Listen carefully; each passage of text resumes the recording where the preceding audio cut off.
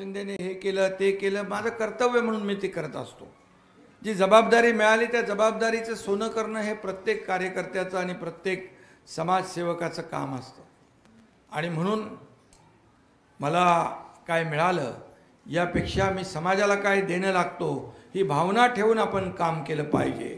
आणि म्हणून हा पुरस्कार माझा वैयक्तिक नाही, हा माझ्या सर्व सहकाऱ्यांचा पुरस्कार आहे. हा सर्व सहकाऱ्यांचं यश आहे, त्यांचा सन्मान आहे असं मी या ठिकाणी म्हणतो. आणि माझ्यावर जीवापाड प्रेम करणाऱ्या माझ्या लाडक्या बहिणींचा आहे, लाडक्या भावांचा आहे, लाडक्या वारकऱ्यांचा आहे, लाडक्या शेतकऱ्यांचा आहे. आणि म्हणून मी आणि त्याचबरोबर जनतेसाठी केलेल्या प्रामाणिक कार्याचा सेवेचा हा पुरस्कार आहे. आणि म्हणून मी आपल्याला मनापासून धन्यवाद देतो. आणि या राज्यातील सर्वसामान्य जनतेच्या वतीने हा पुरस्कार मी स्वीकारलेला आहे नम्रपणे. आणि म्हणून मला जगद्गुरू संत तुकाराम महाराजांच्या नावाने देखील देऊ इथं पुरस्कार मिळाला.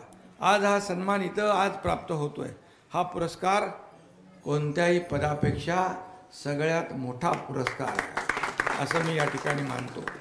आणि मी त्यासाठी संत महात्म्यांचं, वारकरी बंधूंचे किती आभार मानले तरी ते पुरेसे होणार नाहीत, ते कमीच पडतील. आणि म्हणून आपल्यासारख्या संत सज्जनांनी आणि लाखो वारकऱ्यांनी मला दिलेला हा पुरस्कार रूपी आशीर्वाद आहे असं मी मानतो. आणि म्हणून मी एक साधा कार्यकर्ता आहे.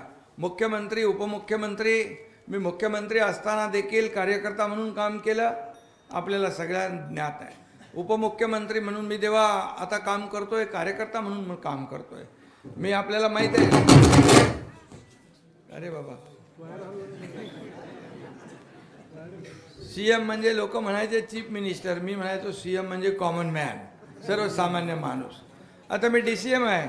देवेंद्रजी आमचे मुख्यमंत्री आहेत, त्यांची टीम आणि आम्ही सगळं टीम बनून काम करतोय, राज्याला पुढे न्यायचं आहे. आता DCM आहे, आता मी म्हणतो डेडिकेटेड टू कॉमन मॅन. सर्वसामान्य माणसाची नाळ आपली तुटता कामा नये. शेवटी सर्वसामान्य माणूस हा आपला केंद्रबिंदू आहे आणि त्याच्यासाठीच आपल्याला खपायचं आहे, त्याच्यासाठीच आपल्याला जगायचं आहे. आणि म्हणून सर्वसामान्यांचं सरकार म्हणून आपण 2.5 वर्षात खूप कामं केली. ती वाचता येणार नाही, मोजता येणार नाही. त्यानंतर आमची दुसरी इनिंग सुरू झालेली आहे, ती देखील त्याच वेगाने आम्ही पुढे नेतोय. आणि म्हणून खऱ्या अर्थाने जनतेची सेवा हे विठ्ठलाचंच स्वरूप आहे. आणि म्हणून जनता जनार्दनाच्या स्वरूपात विठ्ठलाचंच दर्शन होत असतं. आणि जनता जनार्दनाची सेवा ही विठ्ठलाची सेवा आहे असं मी मानतो. आणि म्हणून आमचे नेहमी बाळासाहेब ढिगे साहेब सांगायचे की संत सेवा, मनुष्य सेवा हीच ईश्वर सेवा आहे. अडल्या नडल्याला मदत करणं हीच ईश्वर सेवा आहे. आणि म्हणूनच ते करत करत करत करत मार्गक्रमण करत आपण इथपर्यंत पोचलो. संत ज्ञानेश्वर आणि संत नामदेव हे समकालीन होते. त्या दोघांमधील स्नेहभाव फार विलक्षण होता. मगाशी अनेक लोकांनी सांगितलं.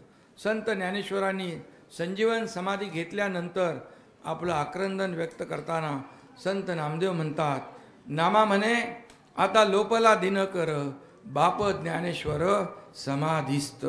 असं ते नातं होतं, जिव्हाळ्याचं नातं होतं. अशा संत महात्म्यांचा विचार माझ्यासाठी नेहमीच मार्गदर्शक राहिला आहे.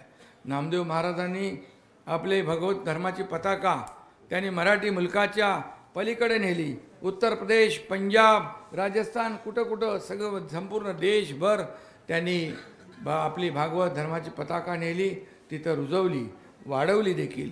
आणि म्हणून वारकऱ्यांना देशभर प्रतिष्ठा मिळवून देणारा हा संत होता. आणि म्हणूनच वारकरी हा केवळ संप्रदाय नाही, ती एक जीवनशैली आहे. आणि म्हणून श्री संत नामदेव केवळ महाराष्ट्राचे नव्हते, तर ते अखिल विश्वाचे होते. आणि म्हणून आजचा हा दिवस महत्त्वाचा आहे. ते जितके मराठी माणसांचे आहेत तितके ते शिकायचे.